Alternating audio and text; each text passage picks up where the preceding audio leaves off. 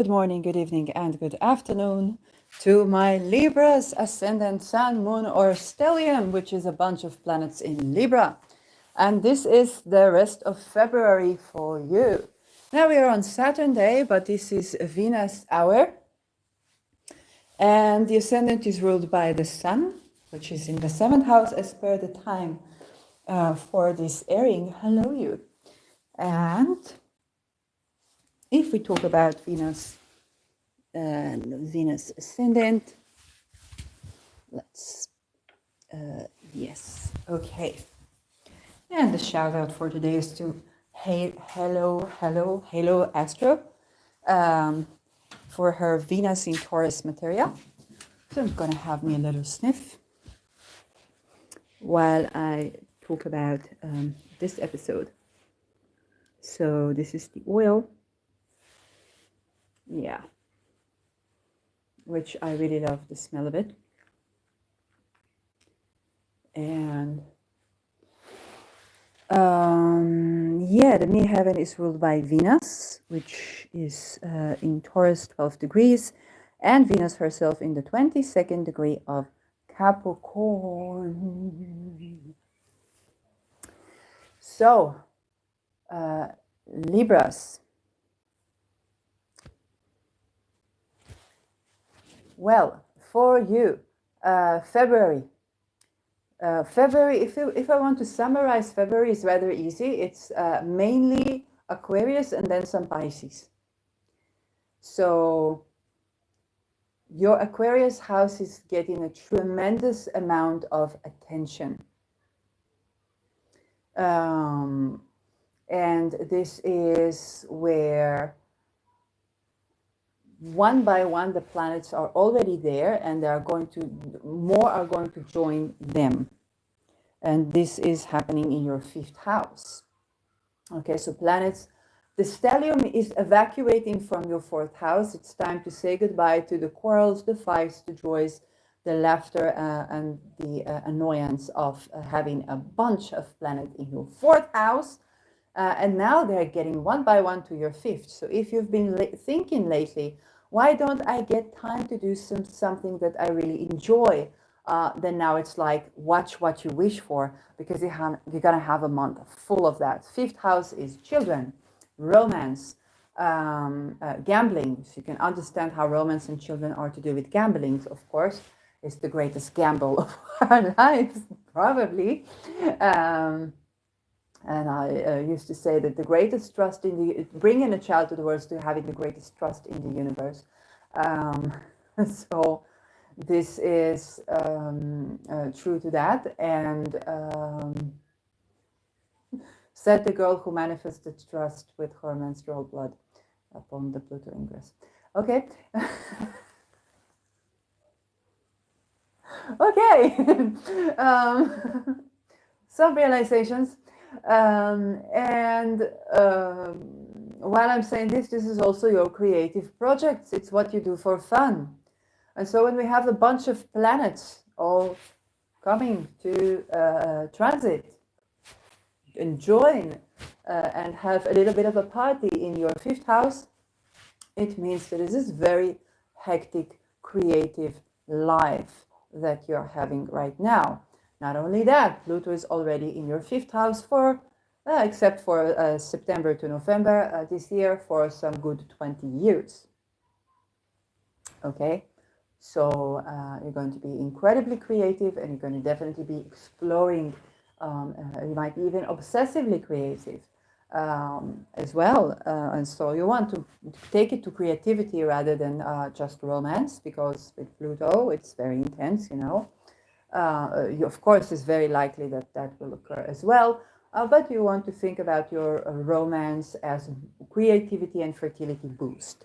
So what you experience around that time will have a lot to do with that.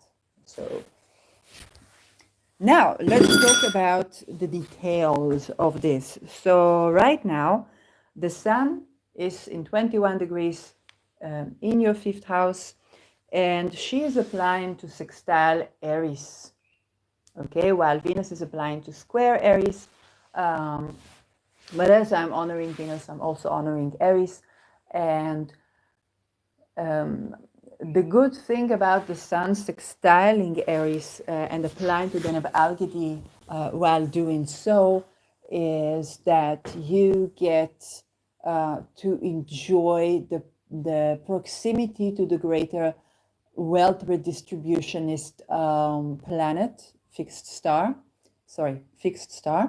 uh, and the harmonious aspect to the one that was the most uninvited, okay, the one that was the farthest from the plate. And so there can be a lot of corrections made here. Where does it meet you, Libra? So where is Leo? Leo is in your 11th house. I want you to think about your goals and dreams. If you always wanted to have a child, okay, for example, and Aries is in your 7th house, okay, and you never found the way to do that, either with or without a partner, or there's some trauma in relationship but not being included, then you might find a way to do so. Or if you had a dream that you always wanted to do, and this dream is something creative, and with Leo it is, then now it's going to be fun for you to work on that, perhaps with a partner. Or this dream could somehow incorporate partnerships, okay, or relationships in some way, especially about including those who were previously uninvited, okay. If I think Beyonce has a stellium in Libra, and so if you think about, let's say, her Renaissance album is a celebration of kind of like the underdog, the queer, the this, the that, and it also caused a lot of tribulations with this Uranus in Taurus and the Great Release time. I think she's releasing this part 2 around this year. So you want to think of how you could, in your performance or creative art, be a leader. So you are getting this chance, okay, to do something creative, and that is also inclusive. And in general, evergreen teaching for you, while Aries is in Aries, which is up until 2050s at least, this is to be more inclusive when it comes to your relationships and partnerships. So what is it? There is some quality in you and or in your partner that has been a little bit of the uninvited. With the 7th house, it's a reflection point a little bit there. And when you are both being inclusive of that which was uninvited previously, that can actually facilitate for a grand bond. With this, any aspects, favorable aspects to this Aries from Aquarius, from your 5th house to the 7th. If you have had the 7th and the 5th disconnected, okay, like I can have great sex with this person and I see my life with that person, but this person and that person are not the same person, okay? Or I have somebody who is infatuated with me and I'm infatuated with someone, but unfortunately those are not the same someone. Now you can get a time to match these together, okay? So yes, this is quite benefic time for you that I want you to consider and I want you to hone in on. When you are calling to Aries, please call also to Deneb Algedy if you are okay with this, and this will help you to accommodate for Aries, because if Aries has been the uninvited and Deneb Algedy is wealth redistribution. Okay, wealth redistribution is basically inclusive of the uninvited, and now the sextiles relations, and Aries in Aries is also in Andromeda constellation. So Aries has been uninvited here also because she went perhaps through some sort of a situation of like being kidnapped. So we can be inclusive of those who are kidnapped at this time. And this is also time to ask for that and to pray for people who were, let's say, kidnapped, were to such experiments, to whether poisoning or like child experiments, or even medical experiments in children, or dispensable children, who kind of went through like an Andromeda thing, so that our worldly wealth is redistributed in such a way that it accommodates for these people, and to save them from these experiences. I don't mean saving like savior complex, but to really accommodate for them with the wealth that is, and there is enough. There is more than enough. So this is a good time to set intention for that. And that can be also a dream that you may have to do so. Okay, maybe you are a leader in that. And that can beneficially affect your fertility. Okay. So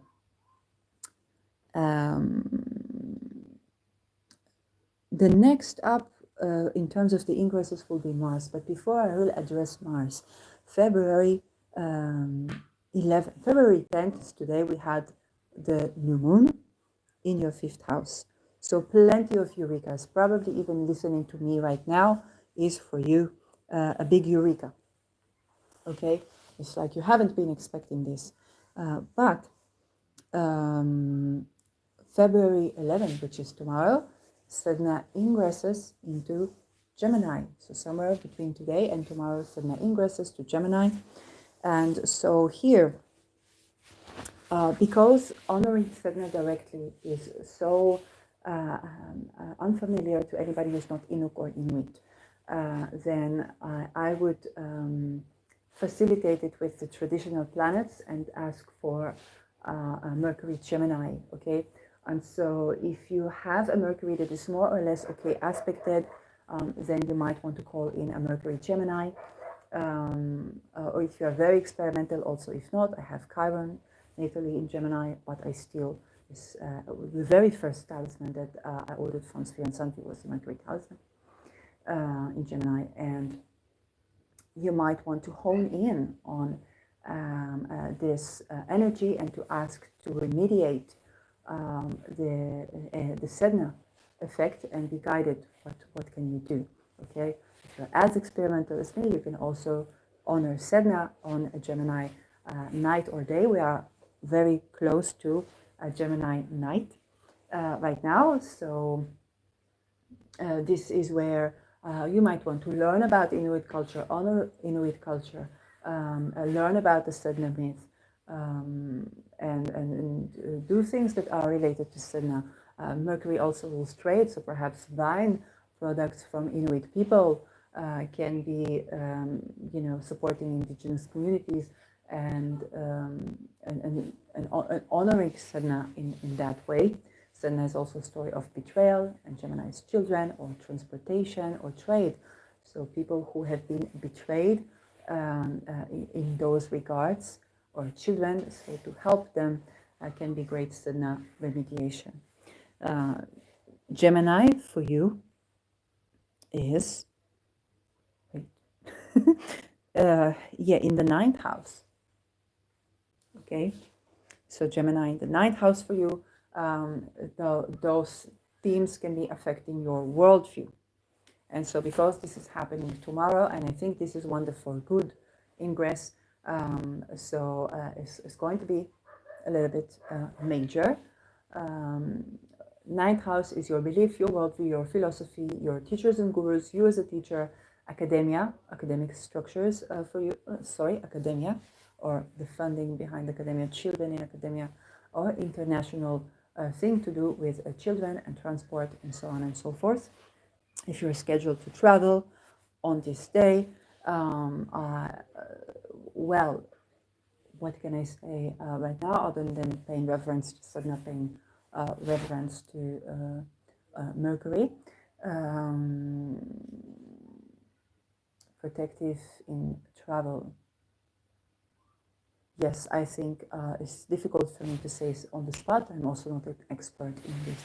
So that is something where you want to be considering whether it's a prayer or listening to your intuition, and allow yourself, to be guided, so that you will have an all in all good experience. Pluto in your fifth house is trining this Sedna ingress, so that is turning to Pluto as well. If you're more familiar with Pluto or working with Pluto, that can be the possibility. Pluto in Aquarius is about gravity as a wave, energy as waves and frequency, and so on and so forth. So that is what I have to say. And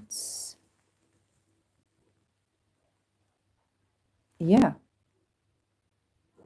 this is the Sedna ingress. February 13, we're going to have Mars ingressing to Aquarius and conjuncting Pluto. So this is the end of another synodic cycle of 2 and something years, and the beginning of another fifth house now.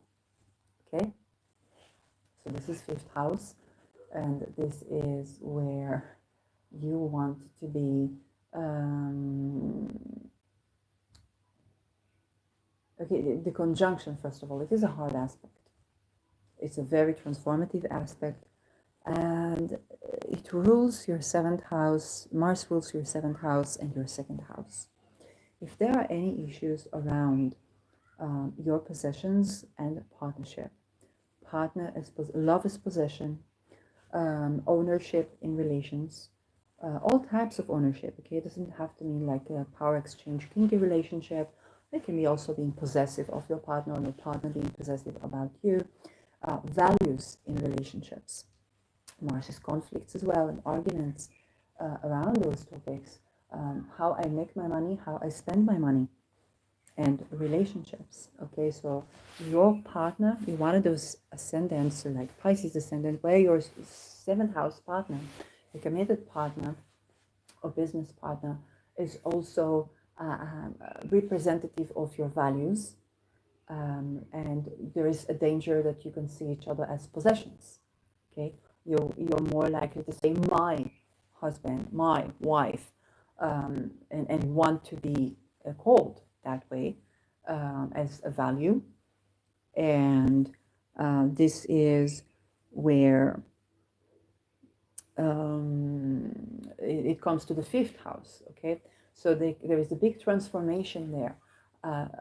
How you make your money, okay, how you spend your money, your skill, because your skill and your values are so connected with your partners, the same ruler. Sometimes it's difficult to differentiate, and so there can be a little bit of an autonomy discussion. Okay, who is it? Is it me? Is it you? And so on and so forth. And in the fifth house is about children. It's about the fun and joy. It's about the casual dating. It's about the love affair. It's about doing fun things together. And Mars is doing fun things. The ruler is in your sixth house. So if you don't want this to be like an enmity thing or a health issue, which it can become, you can be adopting a new pet, or you can be together, or you can be doing a fun activity that is good for your health. So yes, this can also be quite delicious. But you also want to be considering this sixth house thingy, Saturn in the sixth. So a lot of things in general for Saturn in your sixth house are about your physical strength, or the lack of, allocating your energy correctly, but also putting ending to some enmities. If you have karmic like enemies at work, or where you are of service to people, this is time to address that. And those can be people that are, hopefully you're not getting work and play too involved. This is the situation for you. So you want to be cautious here about work and play involved, Because while if it is going to the 7th and is actually successful, then we have, even in astrology, we have a lot of couples that are both astrologers. But if you are not with the one, then this is the person that you will be seeing at work, and this is a work that you have to do, and so you get a problem here. But other things can be that the 6th house is not at work, but actually your physical health, and you're doing something positive for your physical health. Can be the case. Or if you're having a baby, then of course your health changes, but this also involves usually a 7th. It's not about the marriage, it's about the process of bringing and delivering a baby that is belonging to two people. That is Mars, and then up next we have Venus. Yes, we talked about Sedna, talked about Aries, we have Venus. Venus, February 16, Venus is going to ingress to your 5th house and conjunct Pluto. So again, an end of a synodic cycle of doing something years ago, and the beginning of another. So 5th house, Venus-Pluto again is a hard aspect. Venus is relationships, but Venus is also the ruler of your ascendant. Now,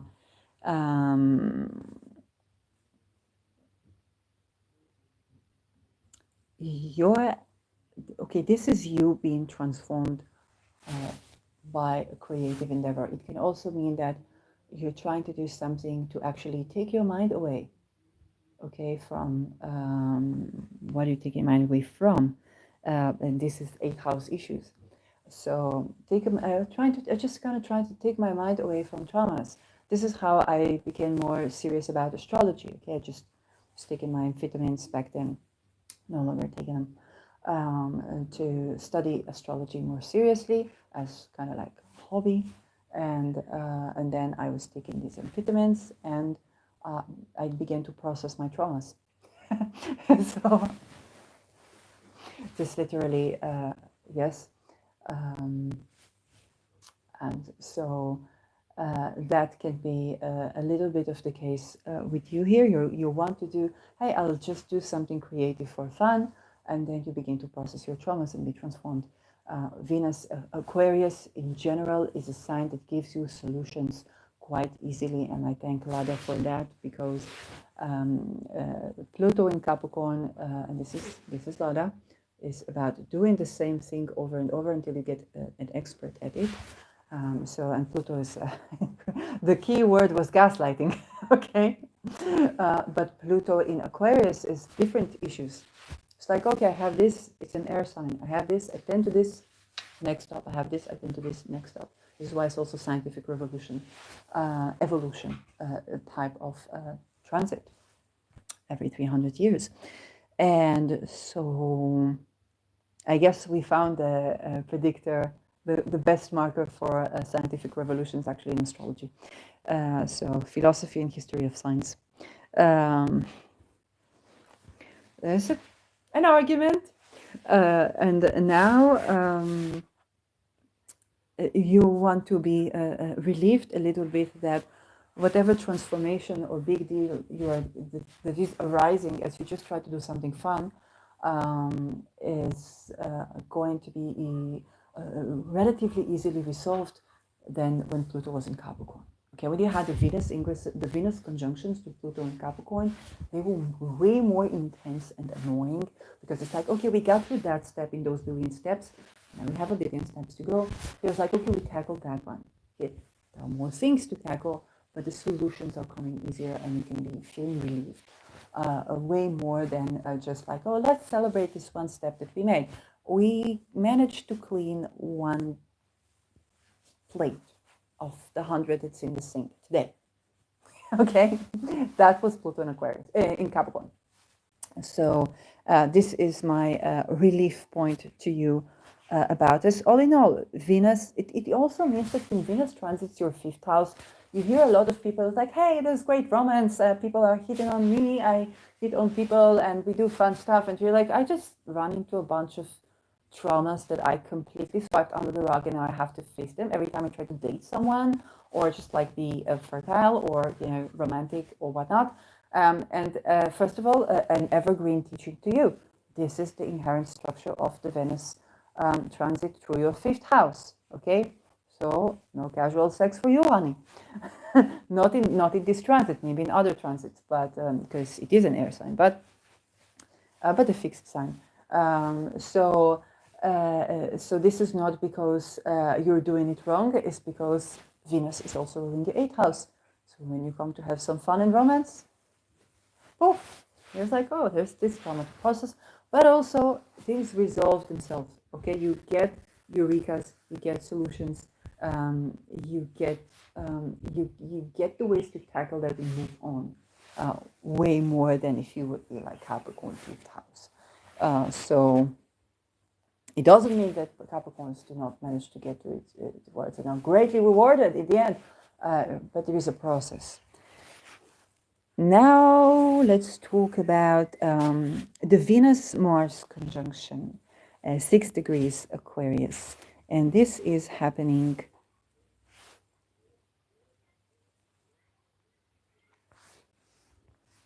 Divino-Mars, February 22. Okay.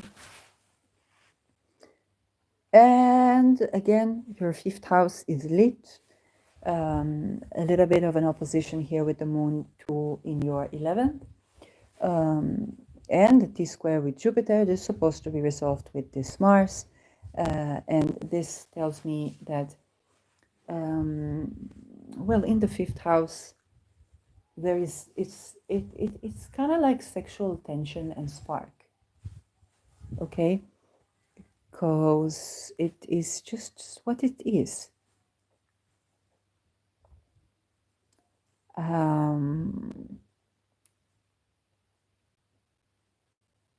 It's just before the full moon. So what Mars is ruling is the 7th house and the 2nd. We talked about that. With Venus ruling, we talked about that. And now the signification need for you. But this can be also terribly orgasmic. Which can be healthy for you. Maybe that's your karma, to have some good sex. But it can also be orgasmic in terms of a creative burst. Okay, if it's not a partner, then, or even if it is, you could be highly creative with this person. And so you also want to take note that Uranus is in your 8th house, and is reviving things. It is also traumatizing because you cannot swipe things under the rug with Uranus. This is what traumatizes you most. Okay, with Uranus you cannot say, well, I'll tend to that at some other time. It's like Uranus is the, if 8th house is your accountant, and Uranus is about, oh well, I'll meet my accountant at some other place. Then, I don't know, you want to date someone, you go to a restaurant, and then your accountant is like, I was looking for you. You have been served. Okay? And Uranus is shocking, is unexpected. It scatters everything around so that there's no way that you can ignore what it comes to liberate, basically. So this adds sparks, but this can also be shocking, and shock to relationships in the 8th house can also be something that's less pleasant, and so sexual boundaries can be at risk of being violated here. So I want to just put it on the table. And this is 8th house. Anything to do with 8th house is important to address, but also so is Kundalini rise, so is occult studies, so is energy blending, so is astral sex, so is sudden eurekas around your lineage, anything to do with death and inheritance, investments. Okay, investments might be a bit of a difficult time, but also debt. You could be suddenly relieved from a debt, or unfortunately suddenly getting into a debt, or maybe not unfortunately. Yes, and that can be shocking. Okay, so it's very sudden, but Uranus is calling to you like, hey, you cannot ignore this anymore. Okay, so this is the conjunction, and the next up we have the lunations. So we talked about the lunation that was today. We do have February 23rd, Mercury enters Pisces, which is your sixth house, and we talked about Mercury as the ruler of Sedna as well. So the themes of Sedna of like betrayal, but they arise to your sixth house. Yes, well, you want to make sure that you tend to like your limbs, okay, to your nervous system. This is Mercury Pisces. Being creative can be like art as a therapeutic. You get creative therapy. Creating for therapy is a general theme for you now, and not therapy like psychologically, but physically for your body. If you have anything to do with your feet that is involving the nervous system in some way, shape, or form, then actually doing something creative can be a sort of a solution. Okay, so being creative. It can both be like painting your feet, because Mercury is painting, but can absolutely be like for example, I cannot stand for longer periods too much, but I can walk for leisure. Yes, this I can do. Now I can walk a little bit less, but I can sometimes stand a little bit longer. But it's very, it differentiates. And I'm tending to my feet, so you want to be tending to like any issues of inflammation.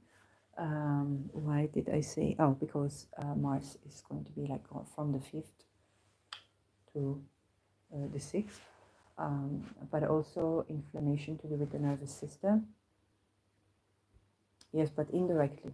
If you're not creative, you could have this affecting, but you will feel it at your feet mostly. And so if there is betrayal experiences, so for you, yes, Gemini is the 9th house. So if you, whatever philosophy you hold of these issues,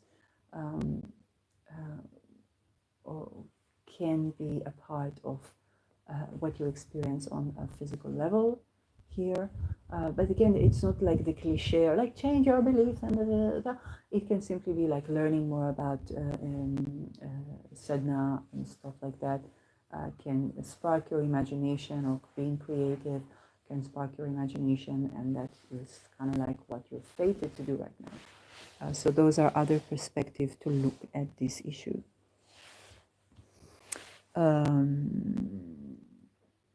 Now we have the lunation, and then we talk about the triple conjunction in Pisces.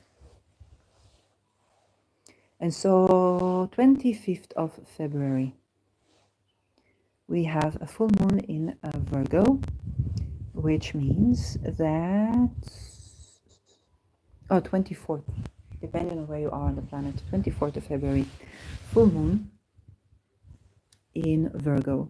So 5 degrees Virgo the moon is, sun is 5 degrees Pisces. And this is tickling at your 12th house and your 6th house, with touches on your 8th house. This is how this lunation for you is a little bit more triggering, but it can be resolved with doing something creative. Okay, what you are connecting, there is a revelation, a culmination. It's also a letting go of something is connected with your physical health, your mental health, and maybe something inherited. So you can think about how physical and mental health issue came up in your heritage, and you might be addressing this by doing something creative and pleasurable for you that is contributing to your health. So you can be like, this is revealed, and then you can take action.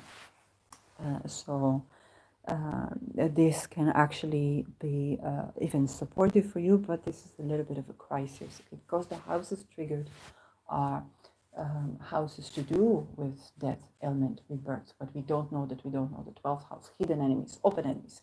Okay, these cause health problems, right? Then this is a little bit of like, but this too shall pass, and it's about letting go of this issue. So this is while the sun is open in a synodic cycle with Pluto, and this is a full moon, this is also a closing of an issue or something that evolved and now is coming to full fruition, and you can let go of that. Yes, this can also, by the way, be birthing. Okay, something you do at hospital that involves your 6th house, and your 8th house can literally be birthing. So yes, congratulations if this is the case. And so yes, now let's talk about the triple conjunction. Of course, Sun is entering your 6th house February 19, and this Sun is ruling your 11th house. Yes, you're in Libra. This Sun is ruling your 11th house. So from incarnating your goals and dreams in a pleasurable way, it becomes a duty. So let's say you started to write a great book, now you are editing something, or you're rewriting something. Now it's becoming a little bit of something you have to do. Okay, if you're committed to something, now you have to proceed. In doing that, or you'll get sick. Okay. This is true. This is where if you haven't tended to your dreams when it was pleasurable and fun, now you're going to have to work at your dreams. So, but all in all, you understand that this is not inherently bad signification. When you don't tend to this, particularly if you have been dreaming to get a pet, this is for you a sign that this might happen. Okay, or you might have, like me, a pet adopting you. It's like, this is your karma. Especially around the Saturn triple conjunction, which right away get to. But if it is not something creative that you're taking on and committing to as duty to be of service, and this is where you have to think, where is my creative dream, golden dream, is of service to the people.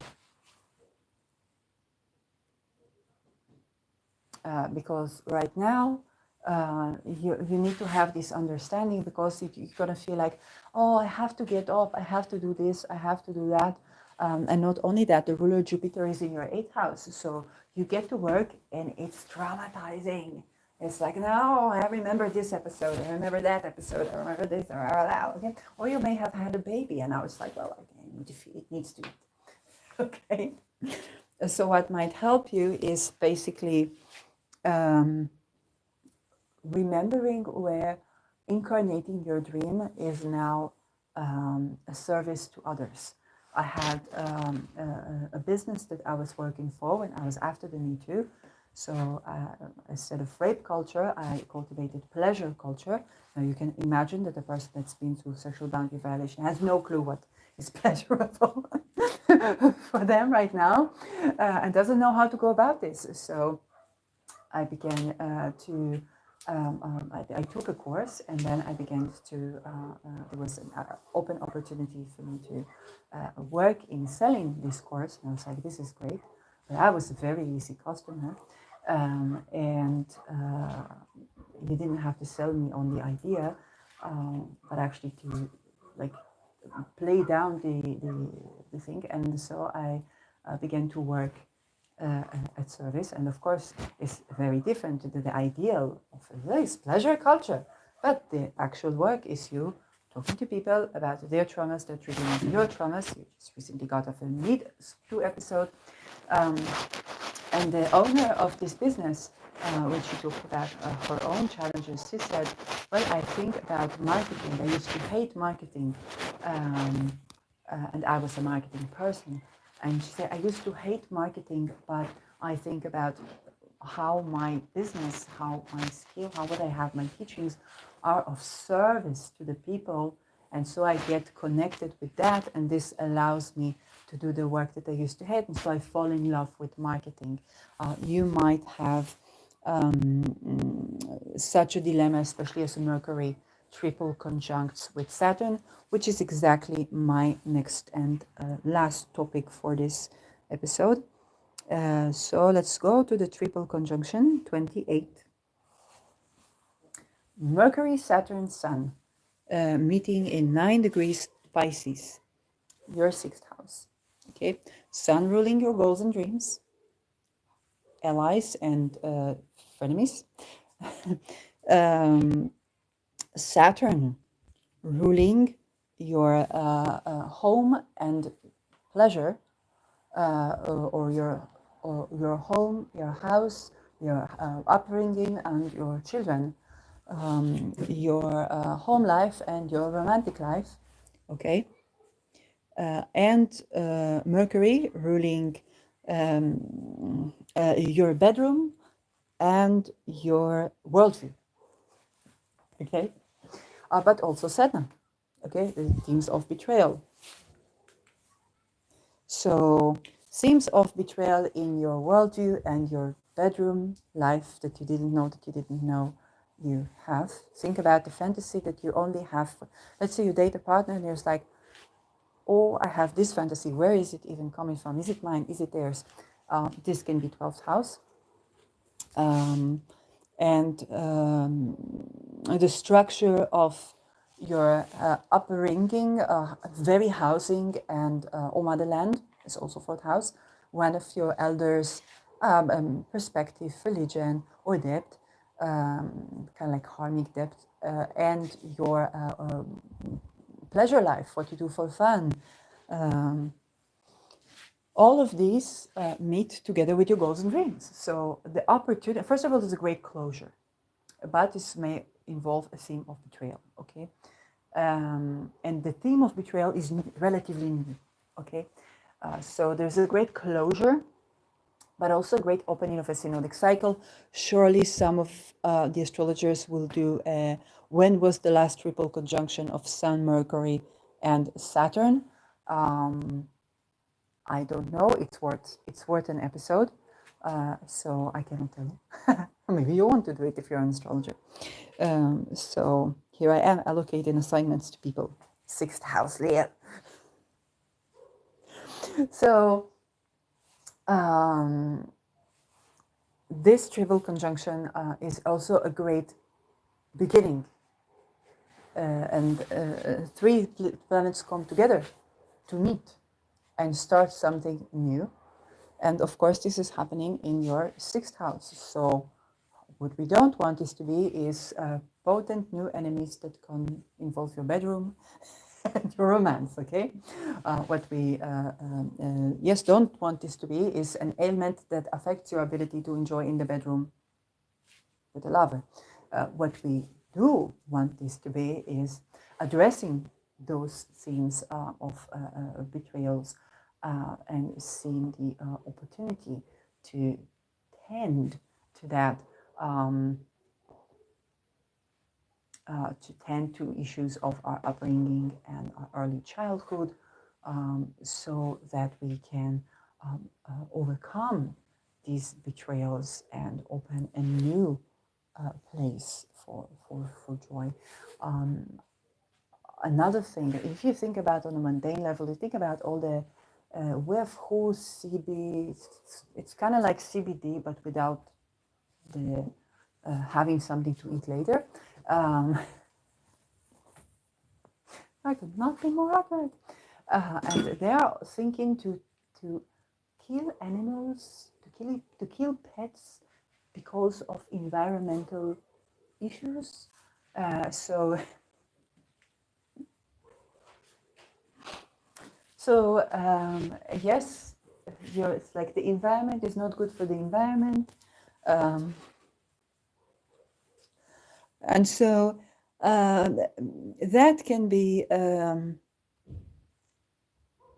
yes, that can be something you want to consider. I'm not saying it's going to play a part in your personal life, but this might be something that you are addressing. Okay, maybe you are addressing this as certain, in the world feels like betrayal, and 12th house also mental health. So you think about all the veterans and people who survived violence and how our lives, our mental health is also improved because of our pets, and so. And how this is sabotaging. So you could write a thesis, you could write an essay that is somehow performative, that is discussing this issue. You could write a satire, okay? I know I'll probably have some Flying Bombardier episodes, maybe even also in English.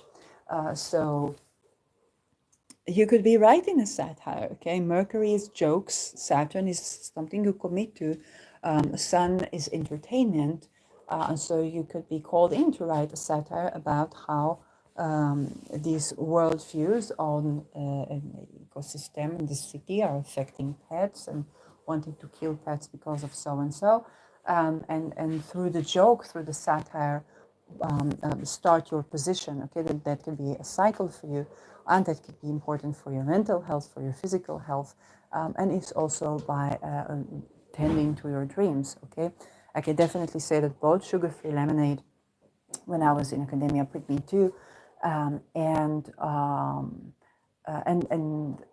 Flying Bombardier, what I did since 7th of October. Yes, I think Flying Bombardier was 7th of October. Yes, that's what I did. Okay, so it's like you think you're will we be slaughtered? We don't know. Will we be nuked? Are we in range? Hopefully they're not going to nuke Gaza, because then we are not in range and then we suffer. Did I?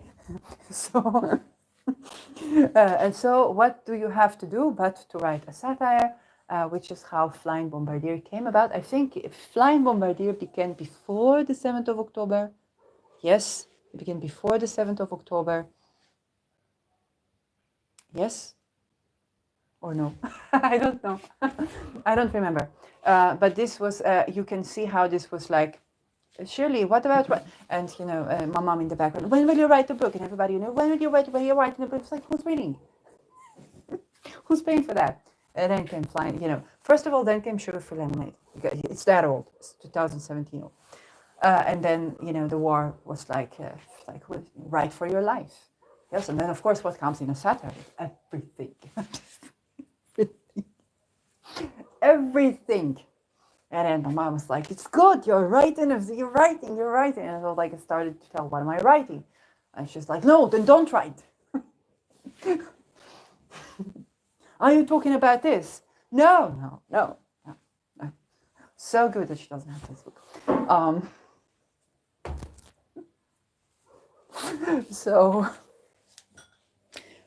Yes, this was a little bit of an anecdote. I looked after the Ukraine episode. I was like, oh, I really got to check Israel's episode once again. And they also have Ascendant Libra, so it's coming up here. And then I saw like Sun ruling the 11th in the 8th. They have Sun in Taurus. And I'm like, Israel is actually known for its secret 8th house intelligence service. I'm like, that's satirical.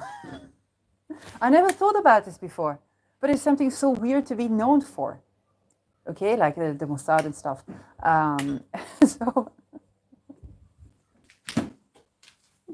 we are known for our secret. So you understand, like the satire in here. Yes, I'm not the only one who thinks it's funny.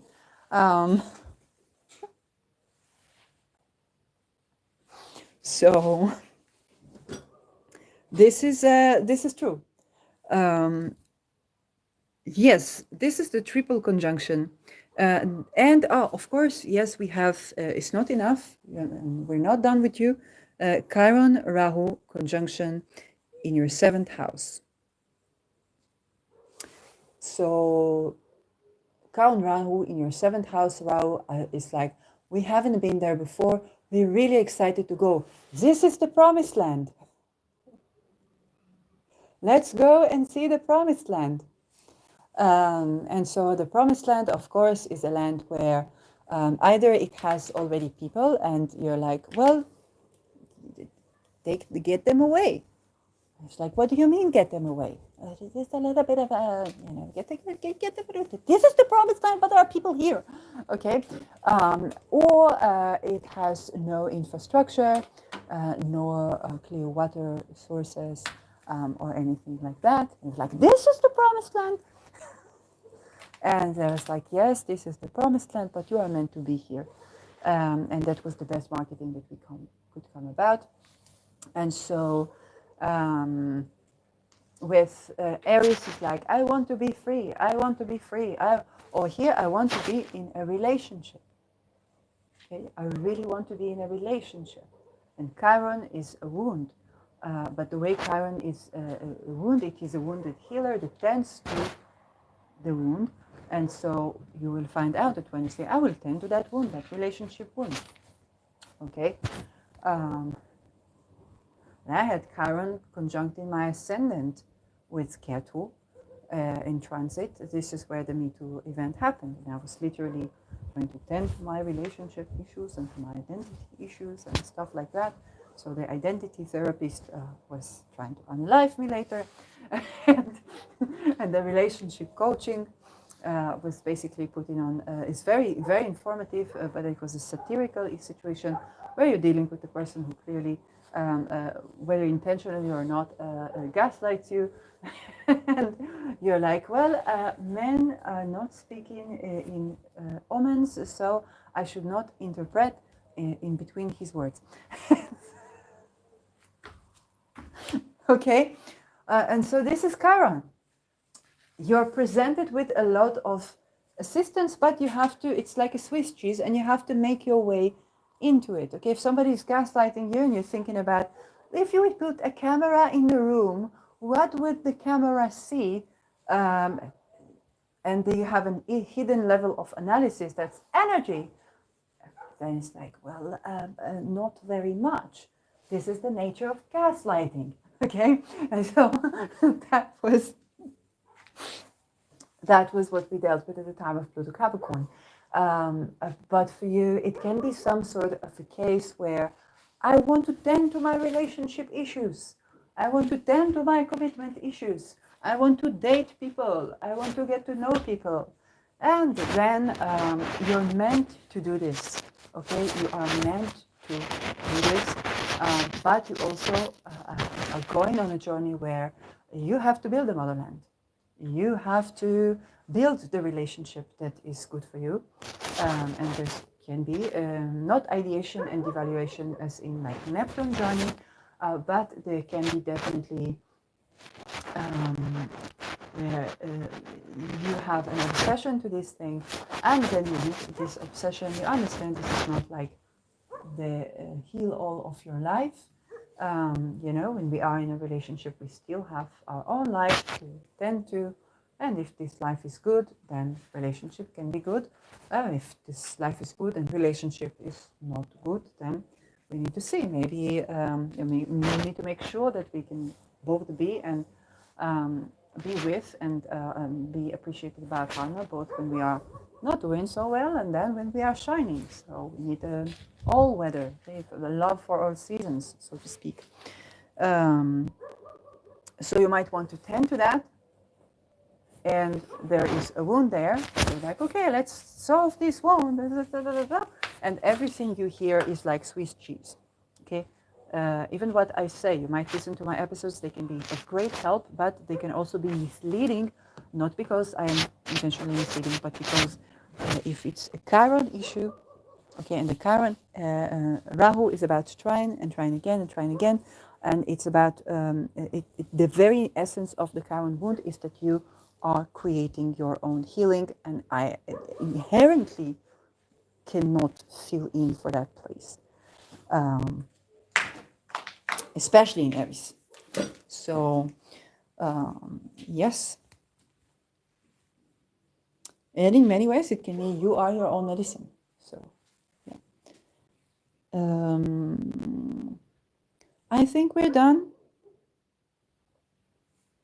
I think we're done. So I'll see you in the next episode.